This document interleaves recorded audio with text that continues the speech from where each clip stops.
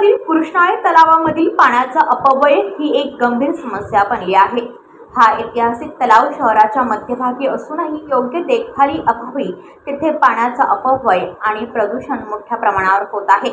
एकीकडे पाण्याची गंभीर समस्या पनवेलकरांना सतावत असून दुसरीकडे याच तलावामधून पाणी चोरी करण्याचे काम जगदीश फॅब्रिकेटर्स व्यावसायिकाने केले असून याकडे पालिकेचे पाणी पुरवठा अधिकारी जाणून दुर्लक्ष करीत आहेत की अधिकाऱ्यांना याबाबत काहीच माहिती नाही असा सवाल उपस्थित होत आहे।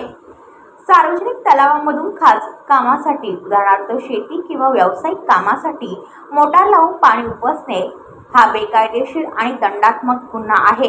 अशा अनधिकृत पाणी वापराबाबत खालीलप्रमाणे कारवाई होऊ शकते। उपसा करणाऱ्या विद्युत मोटारींचा वीज पुरवठा तातडीने बंद करण्याचे आदेश महावितरण विभागामार्फत दिले जाऊ शकतात। तसेच महाराष्ट्र जलसंपत्ती नियमन प्राधिकरण आणि महाराष्ट्र सिंचन कायद्यानुसार बेकायदेशीर पाणी उपशामुळे झालेल्या नुकसानापोटी मोठा आर्थिक दंड आकारला जाऊ शकतो। तरी पनवेल महानगरपालिकेने देखील अशा पाणी चोरी करणाऱ्या दुकानदारांवर कारवाई करावी अशी मागणी पनवेलकर करीत आहेत। ब्युरो रिपोर्ट पनवेल वार्ता न्यूज। आपल्या परिसरातील बातम्या आमच्यापर्यंत पोहोचवण्यासाठी स्क्रीनवर दिलेल्या क्रमांकावर संपर्क साधू शकता। दूरध्वनी क्रमांक 8652414343।